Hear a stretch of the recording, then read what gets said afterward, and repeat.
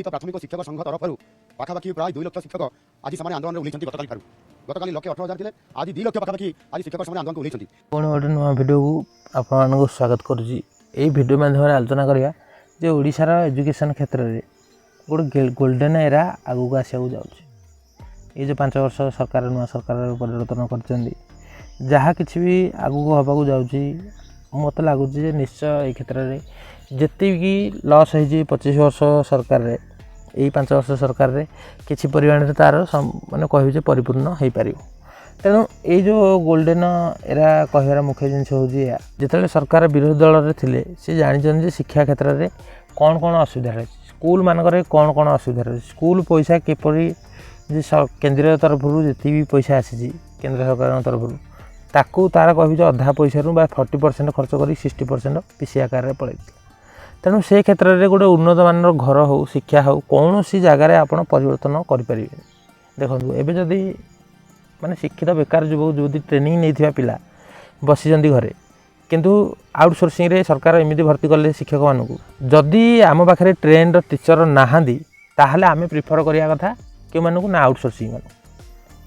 जे देखो आम पाखे ट्रेंड नहांदी तेणु आमे जदि स्किलफुल लेबर बा किसी भी माने क्षेत्र में आपण नियोजन कर क्षेत्र में बाहर लोक मगेबार थिला किंतु आमर घरे लोक थाई माने आम राज्य लोक थाई बाहर राज्य मगागला कौन पे पूर्व सरकार ये भाया कर ना जानी शुणी आउटसोर्सिंग रे एते शिक्षक भर्ती करदे केवल शिक्षकों जो अभाव थिला जदि शिक्षक भर्ती न करते हजार हजार संख्यार क्षेत्र में शिक्षा क्षेत्र में बहुत परिवर्तन होता जदि आज पर्यंत ट्रेन टीचर माने जाई थांदे पूर्व जो भाई आउटसोर्सिंग रे भर्ती कले शिक्षक मानू माने ट्रेनिंग पाई शिक्षक अच्छा ट्रेनिंग पाई आशायी मैंने अच्छा किंतु से क्षेत्र में से न देकी दिगला क्या ना आउटसोर्सिंग मानू आर उद्देश्य कौन सरकार कौन थी किमिति आमे 1000 टंका 1500 टंका 500 टंका 2000 टंका यही भाया शिक्षक नियोजन करी आमे ना कौन ना आम पाखे 100 हजार हजार लक्ष लक्ष टीचर अच्छा कारण जदि ट्रेनिंग नहीं पिला किए भी चाकरी करने जाऊँगी सी निश्चय परवर्ती समय आंदोलन को ओह्लैब। तेणु पूर्व सरकार मुख्य जिनस हूँ जे आमे किमिति कम जिते कम चाहिए शिक्षा क्षेत्र में पैसा कम खर्च करिया जदि देखा जे राज्य में पाखापाखि 3% रु 4% मात्र शिक्षा क्षेत्र में व्यवहारित होता माने गोटे शिक्षित समाज पे यहाँ केते बड़ चिंतार विषय जे जदि 3% मात्र सरकार राजस्व खर्च हो शिक्षा क्षेत्र ताहले गोटे समाज किमिति बढ़ी पार जिते 33% पाखापाखि खर्च हो 33% रु 40% पाखापाखि खर्च हो गोटे गोटे देश मानक जो डेभलप्ड देश रही शिक्षा क्षेत्र में 1/3 निजर देश जिते बजेट तैयारी होती से क्षेत्र में केते टंका को बाबद खर्च हम से भी गोटे तार लिमिट रोचे। तेणु से क्षेत्र में से जो डेभलपमेंट देश गुड़िकर कहे 1/3 3 भाग गोटे भाग पाखापाखि पैसा खर्च करूँ आम क्षेत्र में कौन हो ना आम आदौ ये बाबद टंकाटे हेल्ले खर्च करने चाहूँ मात्र 3 टंकार टोटाल एजुकेशन पर्दा हटे दूँ। तेणु से क्षेत्र में से देशटा किमिति डेभलपमेंट हम जदि आम एजुकेशन क्षेत्र में मात्र 3 रु 4% अर्थ खर्च करवा ता माने आमे गोटे सोशल मेसेज देवाक चाहूँचे ताहले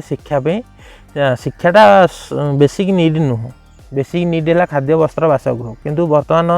समय खाद्य वस्त्र बासगृह अपेक्षा शिक्षाटा माने जरूरी खाद्य वस्त्र बासगृह तो जरूरी किंतु ता छड़ा यहाँ सबुठ माने फोर्थ कहि माने अत्यंत एसेंशियल जिनस हूँ शिक्षा। तेणु से क्षेत्र में पिलाମାନଙ୍କୁ जो शिक्षित हवा वंचित कराला निश्चित कौटि ना कौटे सरकार चाहूँ जे केमिति ना केमिति शिक्षा क्षेत्र में परिवर्तन पूरा संपूर्ण हो ध्वंस विध्वंस हो जाऊ कि प्राइवेट जो अनुष्ठान गुड़ी रही से बंचतु ये परिस्थिति केवल सृष्टि हो।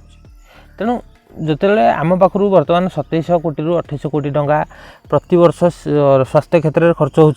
सरकार कौन पे ये प्रति ध्यान देना जे आम प्रति वर्ष यदि 2700 कोटी टंकार करुचे खर्च करुचे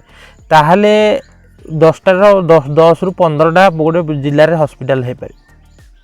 से क्षेत्र में कौन पे सरकार जानी शुणी 3000 रु 4000 कोटी स्वास्थ्य क्षेत्र में खर्च कर निजर संस्था रहिले से संस्था मैनेज करने जहाँ पैसा खर्च हो कि आपण मानक आउ इन्वेस्टमेंट करने को पड़ो। तेणु ଏଇ ଯେଉଁ ଶିକ୍ଷା କ୍ଷେତ୍ରରେ ପ୍ରତିବର୍ଷ ଦରମା ନେଉଛନ୍ତି ପ୍ରତି ମାସରେ ହେଉଛି ଏଇ ପିଲାମାନେ ଏଇ ଏତେ ଏକ୍ସପେନ୍ସ ହେଉଛି କିନ୍ତୁ ସରକାରଙ୍କର ଆଉଟପୁଟ୍ କିଛି ନାହିଁ। ସେଇଥିପାଇଁ ସରକାର ଜାଣି ଶୁଣିକି ଧ୍ୱଂସ ବିଧ୍ୱଂସ କରିଦେଲେ ପ୍ରାଥମିକ ଶିକ୍ଷାଟାକୁ। ତେଣୁ ଆଗକୁ କହିବି ଯେ 2024ରୁ 2029 କହିବି ଯେ ଗୋଲ୍ଡେନ୍ ଏରା ଏଜୁକେସନ୍ କ୍ଷେତ୍ରରେ ହେଇପାରିବ। ଶିକ୍ଷାମନ୍ତ୍ରୀ ବି ଏ ବାବଦରେ ମଧ୍ୟ ଆଗରୁ ସୂଚନା ଦେଇଛନ୍ତି ଯେ ଆମେ ନିଶ୍ଚୟ ପରିବର୍ତ୍ତନ କରିବୁ। 7000 ପାଖାପାଖି ସ୍କୁଲ ବନ୍ଦ ହେଇଯାଇଛି, ସେଇ ବାବଦରେ ମଧ୍ୟ ଆଉ କେତେବେଳେ ଗୋଟେ ଆଲୋଚନା କରିବା ଏବଂ ଟୋଟାଲ୍ କମ୍ପ୍ଲିଟ୍ ଡାଟା ସହିତ ଦେଖିବା ଯେ କେତେ ସ୍କୁଲ କ'ଣ ବନ୍ଦ ହେଇଛି, କେତେ ଜଣ ଶିକ୍ଷକ ସେଇ କ୍ଷେତ୍ରରେ କାମ କରୁଥିଲେ ଏବଂ ସେଇ ବାବଦରେ ମଧ୍ୟ ଆଲୋଚନା କରିବା। ଯଦି ସେଇ 14000 ପାଖାପାଖି 2 ଜଣ ଆଟଲିଷ୍ଟ ଶିକ୍ଷକ ଯଦି ରୁହନ୍ତି ତାହେଲେ ମଧ୍ୟ 14000 ପୋଷ୍ଟ ଆଗକୁ ମଧ୍ୟ ଏଇଥିପାଇଁ ବାହାରିବାକୁ ଯାଉଛି। ତେଣୁ ଏଇ ଯେଉଁ ଶିକ୍ଷକ ସମସ୍ୟା କହିବି ଯେ ଦୂର ହେବ ଏବଂ ଶିକ୍ଷଣ ପରିବେଶ ଦୂରରେ ରହିଛି, ଅଭାବ ରହିଛି, ସେଇଟା ମଧ୍ୟ ଦୂର ହେବ। ଏଇଟା ହେଲେ ହିଁ ଓଡ଼ିଶାର ଶିକ୍ଷା କ୍ଷେତ୍ରରେ ବିକାଶ ହୋଇପାରିବ। ତେଣୁ ଭିଡ଼ିଓଟି ରଖୁଛି, ଦେଖା ହେବ ପୁଣି ଗୋଟେ ନୂଆ ଭିଡ଼ିଓରେ।